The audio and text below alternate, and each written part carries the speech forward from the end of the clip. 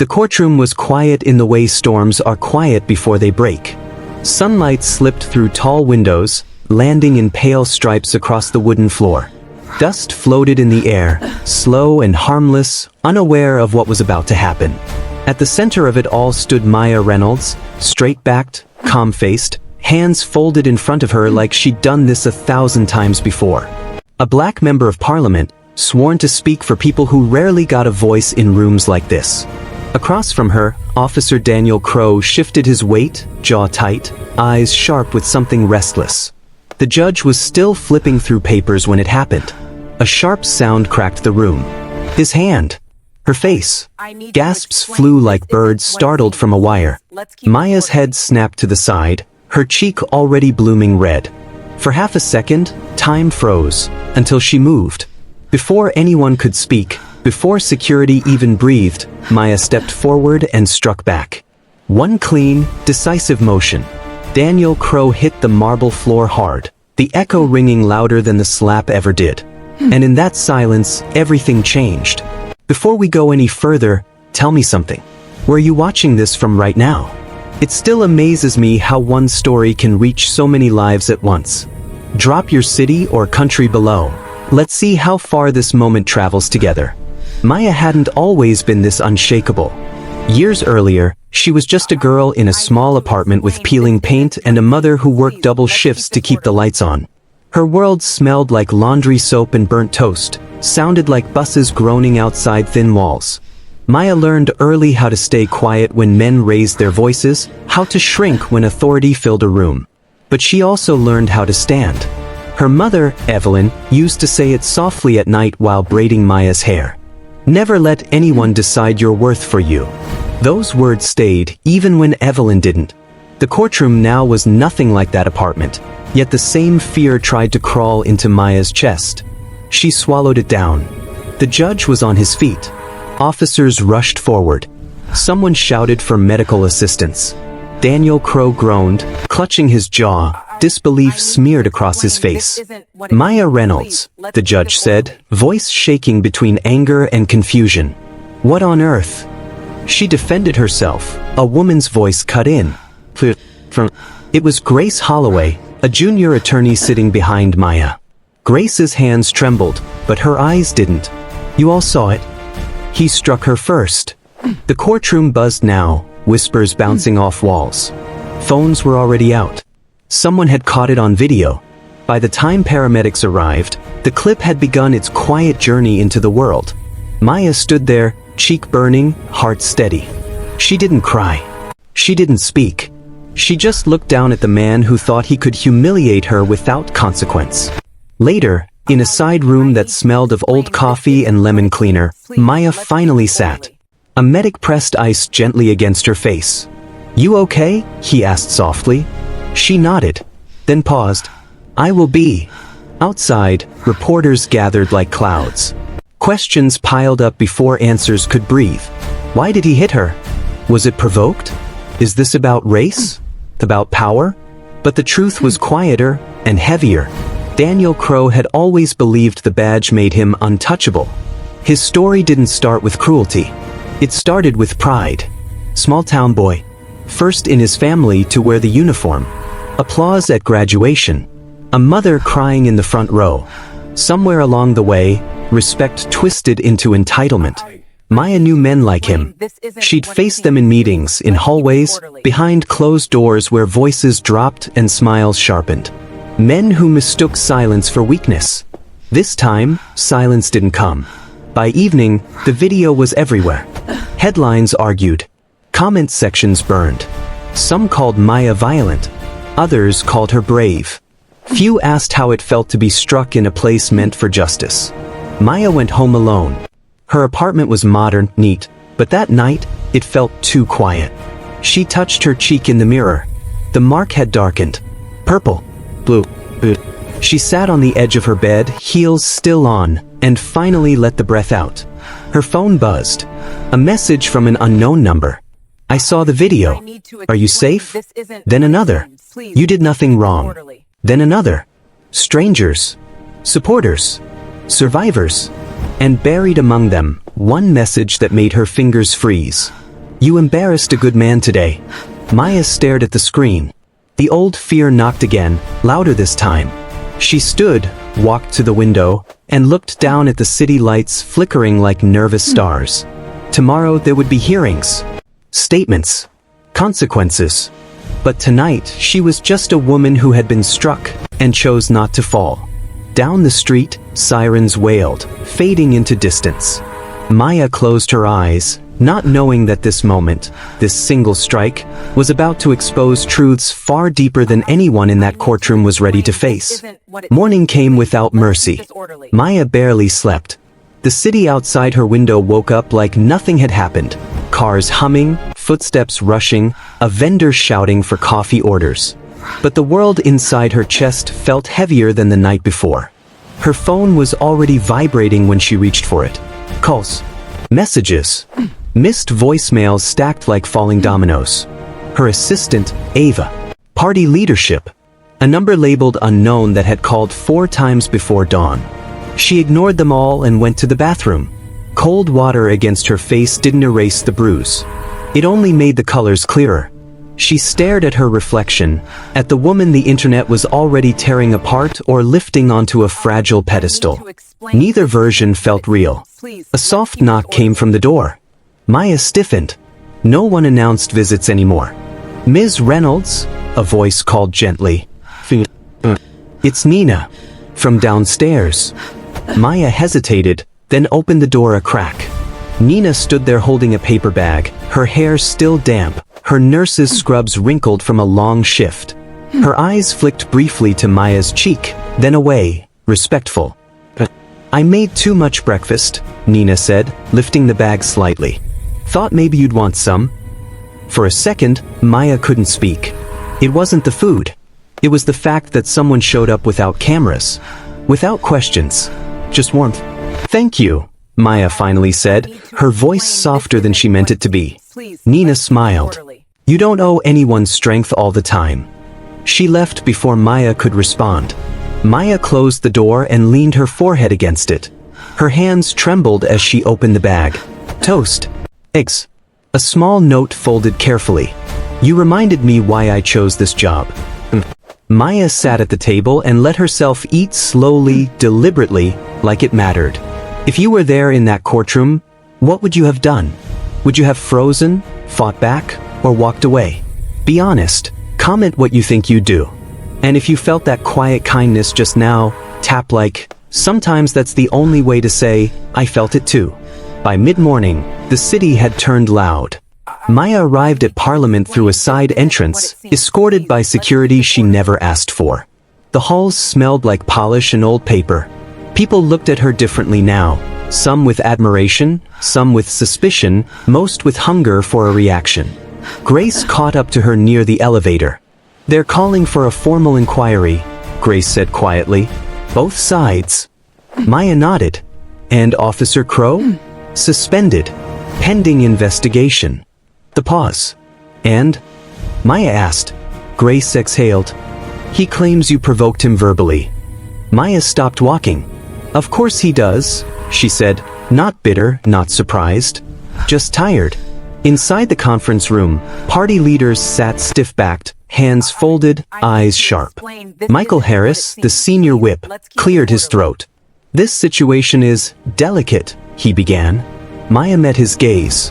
I was assaulted in a courtroom. Yes, but optics. Optics don't bruise, Maya said calmly. Hands do. Silence stretched. Someone shifted uncomfortably. We support you, Michael said finally. But we need you composed. Apologetic, even. Maya leaned forward. For defending myself? For escalating, another voice added.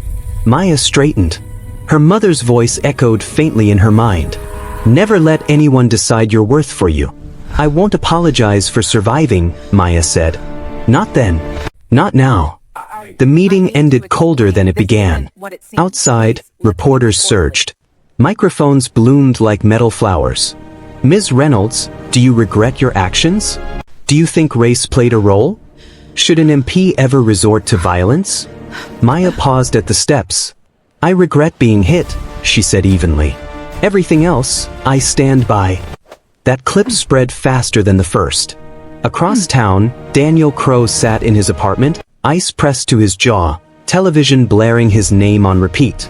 The pride he once wore like armor now felt thin, cracking. His phone buzzed.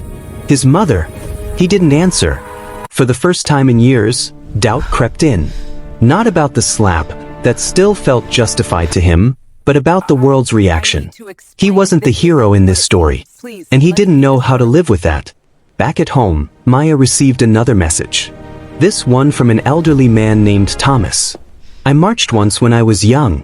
Didn't think it mattered. Today, I think it did. Thank you for standing." Maya sat with that longer than she expected. That evening, she visited a community center on the edge of her district. No press. No announcement. Just folding chairs and tired faces. A young girl approached her afterward, maybe 12, eyes bright and nervous. "My dad says you're in trouble," the girl said. "But my mom says you're brave." Maya knelt to her level. "What do you think?" The girl thought. "I think you didn't let him scare you." Maya smiled. "Neither should you."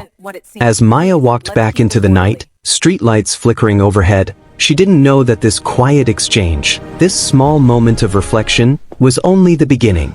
Because soon, the truth behind Daniel Crowe's anger would surface, and it would change how everyone saw that slap in the courtroom. The first crack in the story didn't come from a journalist. It came from a filing cabinet. 3 days after the incident, while the inquiry quietly gathered statements, Grace sat alone in her office long after sunset. The building had emptied out, leaving behind the low hum of electricity and the smell of stale coffee. She wasn't supposed to be there, wasn't supposed to dig this deep, but something about Daniel Crowe's report felt rehearsed. Too clean. Too convenient. She cross-checked his disciplinary history. Twice. Then she found it. A sealed complaint from 4 years earlier. A young man. Same district. Same courtroom corridor. Allegation of excessive physical contact. Case dismissed for insufficient evidence. Grace's stomach tightened. She pulled another file. Then another. Different names. Same language. Same outcome. By the time she looked up, it was nearly midnight. Grace didn't sleep that night. Instead, she sent one careful message. "We need to talk. Tomorrow morning. Privately." Maya read it just after sunrise. They met in a quiet cafe tucked between a bookstore and a dry cleaner, one of the few places left where conversations still felt human. Rain streaked the windows, blurring the city into soft gray shapes. Grace slid a folder across the table without a word. Maya opened it slowly. Her eyes moved faster with each page. "This can't be coincidence," Maya murmured. "It's not," Grace said. "It's a pattern." Maya leaned back, exhaling through her nose. The slap replayed in her mind, not as shock now, but as clarity. It hadn't been sudden. It had been practiced. Why wasn't this exposed before? Maya asked. Grace looked down. Because the people he hit didn't have your platform. That landed heavier than any headline. Across the city, Daniel Crowe felt the ground shifting beneath him. His suspension had turned into isolation. Friends stopped calling. Neighbors avoided eye contact. The badge he'd once polished every night sat untouched on the counter. When Internal Affairs called him in again, their tone was different. Sharper. Less forgiving. "Do you recognize these names?" the investigator asked, sliding photos across the table. Daniel's jaw clenched. "No." "Interesting," the man replied calmly. "Because they recognize you." Daniel laughed, short, defensive. "This is a witch hunt." "Or accountability," the investigator said. Daniel stood abruptly, chair scraping loud against the floor. "You think I'm the villain because she threw a punch?" "No," the investigator said evenly. "We think you're the villain because you keep throwing the first one." That night, Daniel finally called his mother. She answered on the second ring.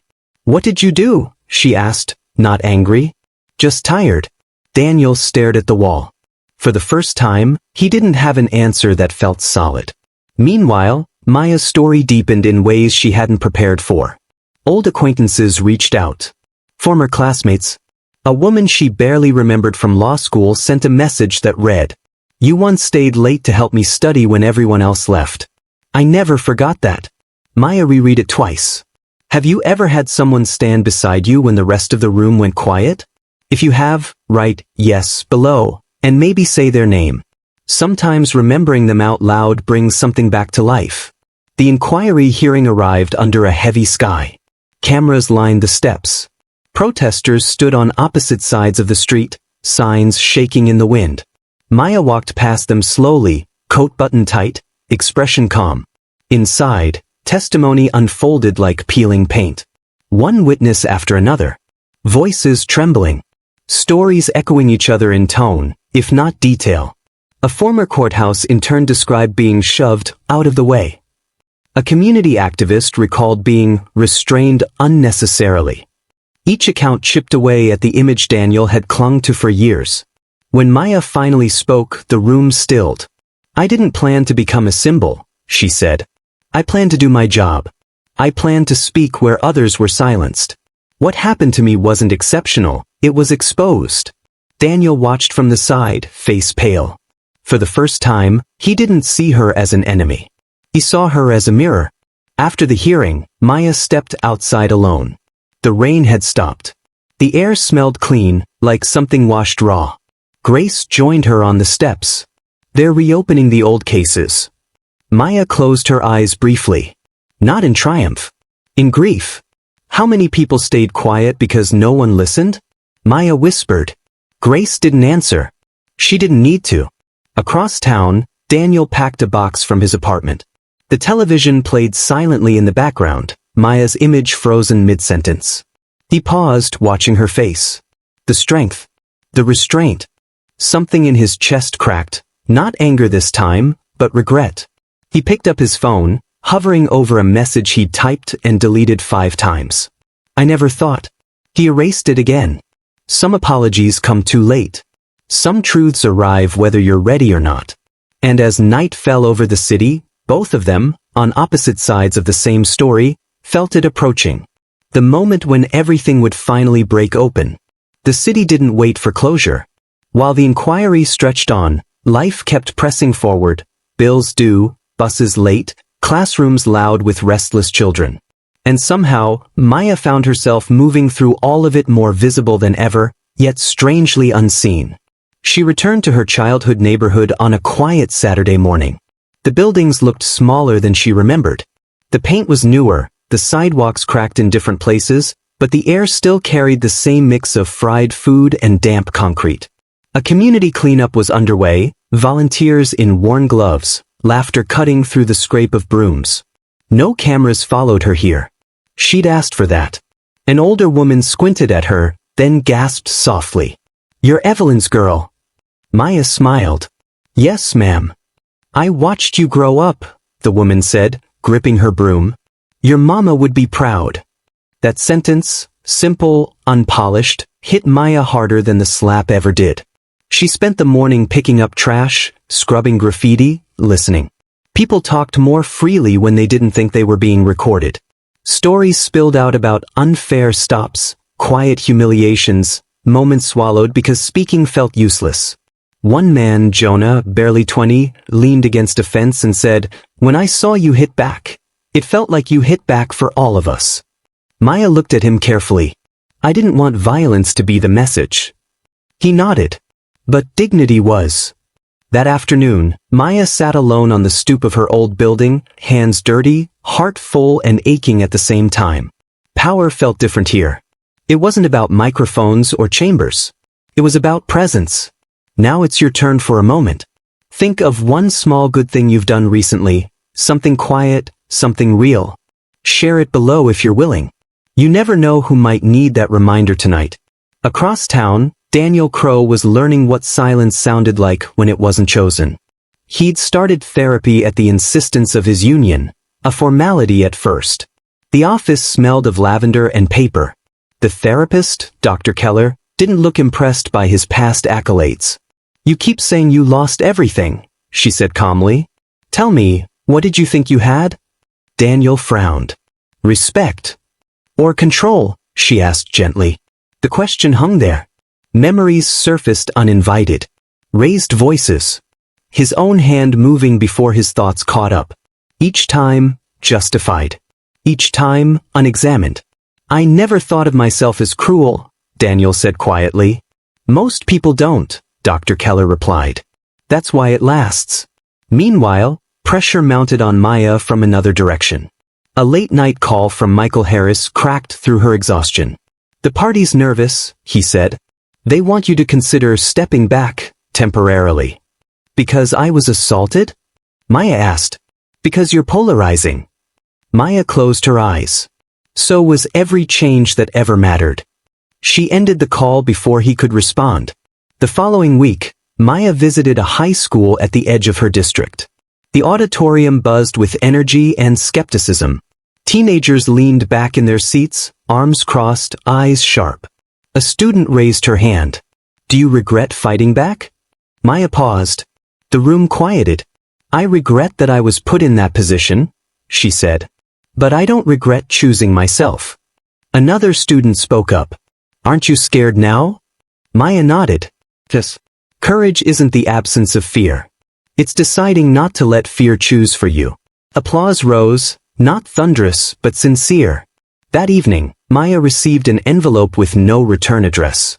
Inside was a handwritten letter. I was one of the complaints they buried. I didn't think anyone would ever hear us. Thank you for not letting this disappear. Maya sat at her kitchen table for a long time, letter pressed to her chest. She realized then that the story was no longer just hers. It was a thread pulling other truths into the light. Daniel, too, felt the pull. When Internal Affairs offered him a chance to formally respond, to speak openly, he almost refused. His lawyer advised silence. Self-preservation. But something in him had shifted. At the hearing, Daniel's voice shook. I thought authority meant obedience, he said. I was wrong. The room stilled. I hurt people, he continued. And I convinced myself it was justified. He looked at Maya then, not defiant, not angry. Just small. I'm sorry, he said. Not loudly. Not dramatically. But honestly, for the first time. The apology didn't erase anything. It wasn't meant to. Maya didn't respond immediately. She didn't owe him absolution. But she felt something loosen in her chest, not forgiveness yet, but possibility. Outside, the sky burned orange as the sun dipped low. The city breathed, waiting. Because the hardest part of this story wasn't the slap. It was what came after, what each of them would choose to do with the truth now exposed. And that choice was still unfolding. The fallout didn't arrive all at once. It seeped into corners, policy rooms, dinner tables, late-night conversations whispered instead of shouted. The inquiry's findings were released on a gray Thursday morning, the kind where the sky feels undecided. The report was thick, clinical, unemotional, and devastating. It confirmed a pattern of misconduct. It named names. It admitted failure, not just of one officer, but of a system that protected him. Daniel Crow was officially dismissed from the force. Charges were recommended. Departments issued statements filled with careful words and practiced remorse. Maya read the report alone in her living room. Each page felt heavier than the last. Not because she was surprised, but because she could finally see the full shape of what had been hidden. Lives nudged off course. Confidence quietly crushed. Truth delayed until it hurt more to deny than to admit. She closed the document and sat in the quiet. There was no triumph in her chest. Only a deep, aching understanding of cost. Her phone buzzed. A message from Ava. They want you live tonight. Prime time. Maya stared at the screen. Not tonight, she typed back. I need air. She walked. No destination. Just movement. The city was louder than usual. Sirens, laughter, traffic colliding into a restless hum. On a corner, a street musician played a slow melody on a violin, the notes trembling but steady. Maya stopped, listening. A woman beside her wiped her eyes quietly. Reminds me of my brother, the woman whispered, almost embarrassed. He used to play. Maya nodded. Music has a way of remembering for us. They stood together until the song ended. If that truth hit you, If it stirred something heavy and real, leave a red heart. Sometimes one small symbol is the only way to say, I felt that too. Across town, Daniel sat in his mother's kitchen. The walls were the same faded yellow from his childhood. A pot simmered on the stove, filling the room with the smell of onions and regret. His mother, Ruth, stirred slowly. I raised you better than this, she said quietly, not accusing, just broken. Daniel stared at his hands. I know. Ruth turned off the stove. Knowing isn't the same as changing. I'm trying, he said, voice cracking. I don't know who I am without the badge. Ruth studied him for a long moment. Then maybe it's time you found out. That night, Maya finally agreed to speak. The studio lights were soft. The host's voice careful. The questions inevitable. What do you want now? He asked. Maya didn't answer immediately. I want repair, she said. Not revenge. I want systems that listen before harm becomes tradition. And for Officer Crow? The host pressed. Maya inhaled. I want accountability. And I want him to do the work so no one else has to stand where I did. Her words traveled far. Messages poured in. Some grateful, some furious, some confused. Change unsettles people who benefit from stillness. The next morning, Maya received a request she didn't expect. A restorative justice panel. Communal-led. Voluntary. Daniel Crow had asked to participate. Grace called her immediately. You don't have to, she said firmly. I know, Maya replied. She thought of the letters. The students. Jonah by the fence. The woman crying at the violin. I'll go, Maya said. Not for him. For the people who never got the chance. The room was small. Chairs in a circle. No uniforms. No titles. Daniel looked thinner. Smaller. When Maya entered, he stood, not as authority, but as habit, and then awkwardly sat back down. The facilitators spoke gently. This space is about listening. Daniel listened first. To a man who flinched at raised voices. To a woman who stopped trusting her own memory. To silence that followed stories too painful to finish. When it was Daniel's turn, his voice shook. I didn't think, he said. And that's the problem. I stopped seeing people. I only saw resistance. He turned to Maya. I'm sorry for the pain I caused you, and for the pain I normalized for others. Maya held his gaze. I don't forgive you today, she said calmly. But I believe people can choose differently tomorrow. Daniel nodded, tears finally breaking through. Outside, rain fell lightly, rinsing the streets. Maya stepped into it without an umbrella, letting it soak her coat, her hair, her hands. She felt tired, but for the first time since the slap, she also felt light. Because the story was no longer about violence. It was about what comes after, about the courage it takes to sit with harm and still reach for something better.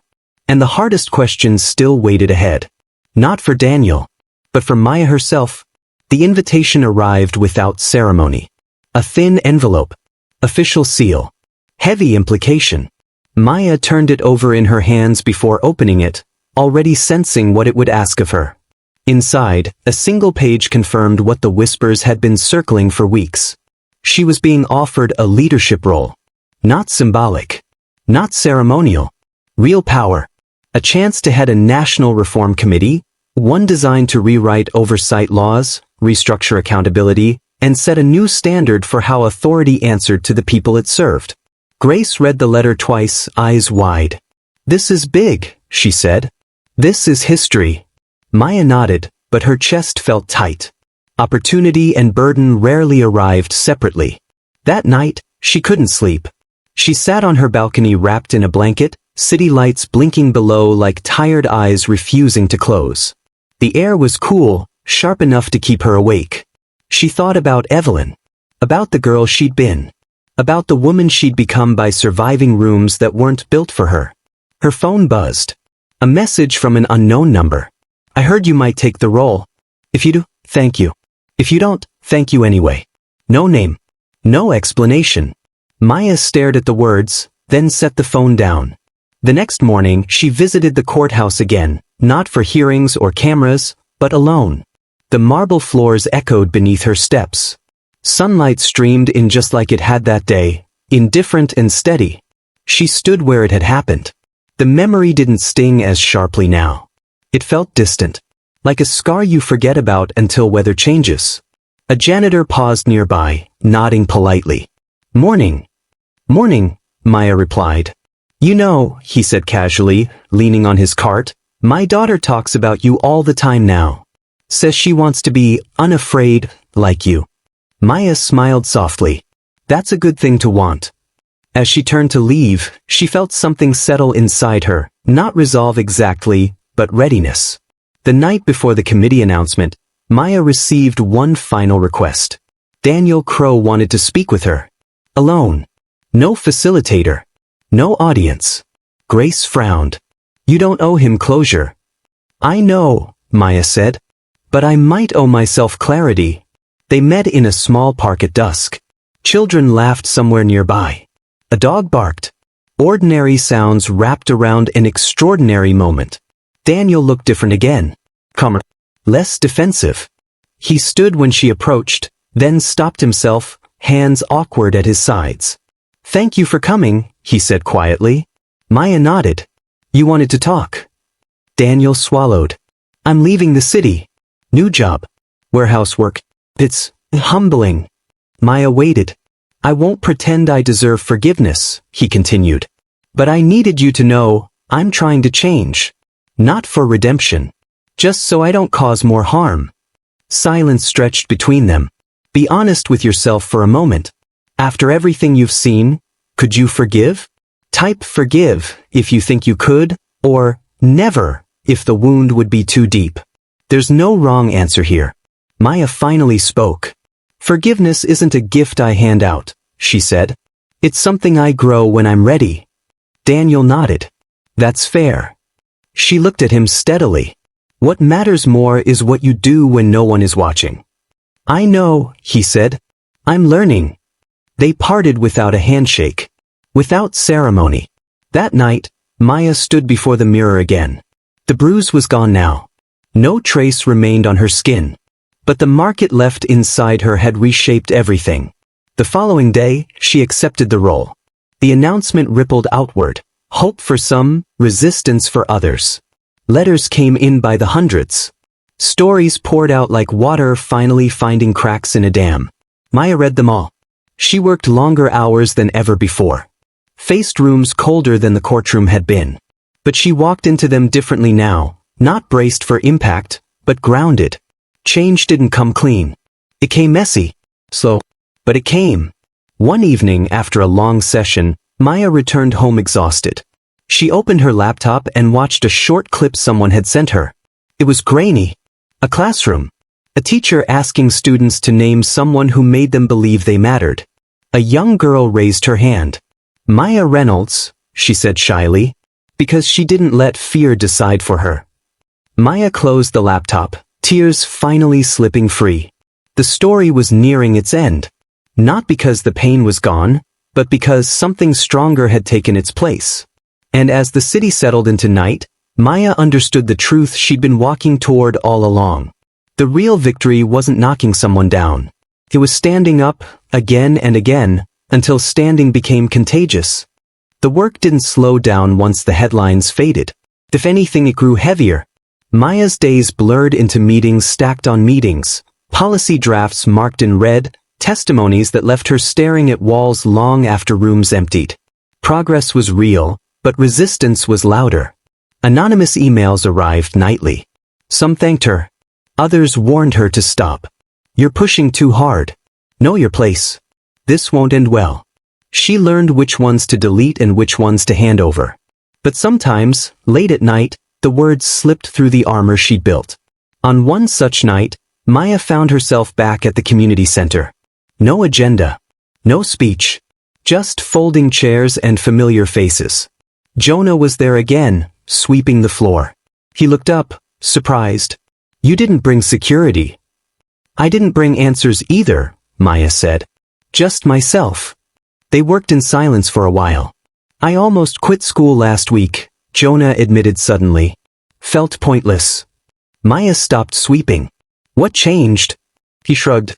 I remembered you saying dignity matters. Thought maybe mine does too. That stayed with her. Hope didn't always roar. Sometimes it whispered, quiet, stubborn, refusing to disappear. Weeks later, the committee's first reforms passed narrowly. Oversight boards gained teeth. Training standards shifted. Complaint systems became transparent for the first time in decades. It wasn't enough, but it was something. Maya stood at the podium during the announcement, hands steady, voice calm. This isn't an ending, she said. It's a beginning we're responsible for. Applause filled the room, not thunderous, but sincere. Outside, Grace hugged her tightly. You did this. Maya shook her head. We did. That night, Maya walked home instead of taking a car. The streets were alive, restaurants closing, laughter spilling out, someone practicing trumpet badly on a fire escape. Life, imperfect and ongoing. She passed a small church where candles glowed in the windows. A handwritten sign read, "Light for those who stood when it was hard." Maya paused, throat tight. If you still believe love finds a way to win, even slowly, even painfully, comment, "Thing." Let hope fill this space tonight. Someone scrolling right now might need to see it more than we know. Across the city, Daniel Crow stood on the night shift of his new job, loading boxes in a quiet warehouse. His back ached. His hands were raw. But when a coworker dropped a package, Daniel bent instinctively, not to command, not to correct, but to help. Thanks, the man muttered, surprised. Daniel nodded. It wasn't redemption. It was effort. And effort, repeated enough times, began to look like change. Maya reached her apartment and found a small package waiting at the door. No sender listed. Inside was a framed photograph. It showed a group of students standing in front of Parliament, holding handmade signs.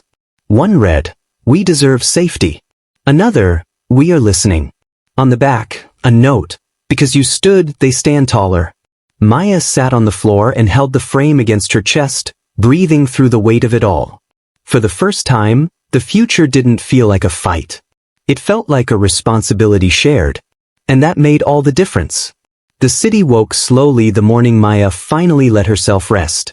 Sunlight crept through the curtains, softer than usual, as if it knew to tread lightly. For once, her calendar was empty. No hearings. No interviews. No rooms demanding pieces of her voice. She made coffee and sat by the window, watching ordinary life unfold. Parents tugging children along sidewalks, delivery trucks double-parked, a man laughing too loudly at his phone. The world hadn't ended. It had adjusted. Her phone buzzed once. "Ava, take today. You've earned it."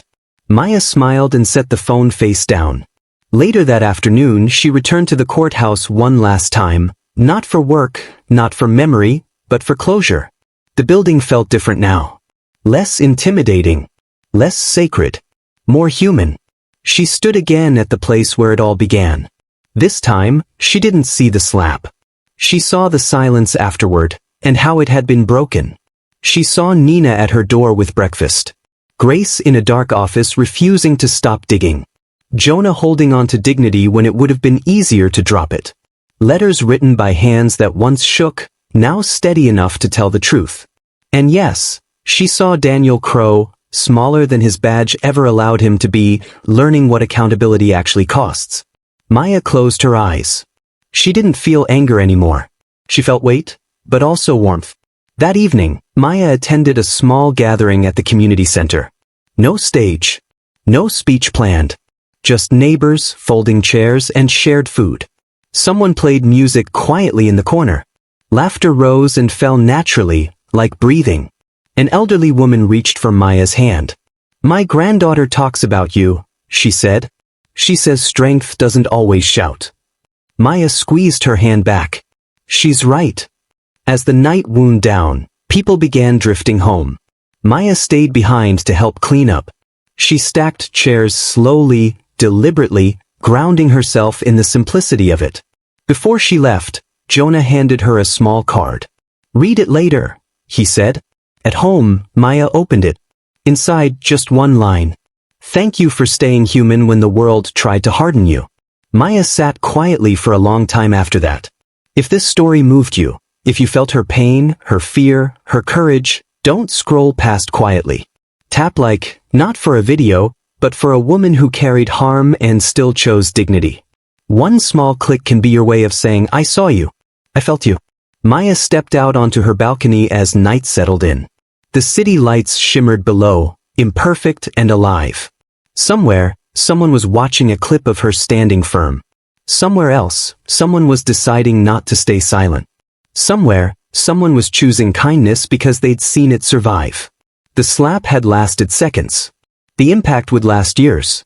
Not because of violence, but because of what followed. Accountability instead of excuses. Courage instead of comfort. Humanity instead of silence. Maya knew the road ahead wouldn't be smooth. Change never was. But she also knew something deeper now, something no courtroom could take away. Power doesn't come from knocking someone down. It comes from standing up and making room for others to stand with you. And in that shared standing, quiet, persistent, human, the world shifts. Not all at once, but enough. Enough to matter.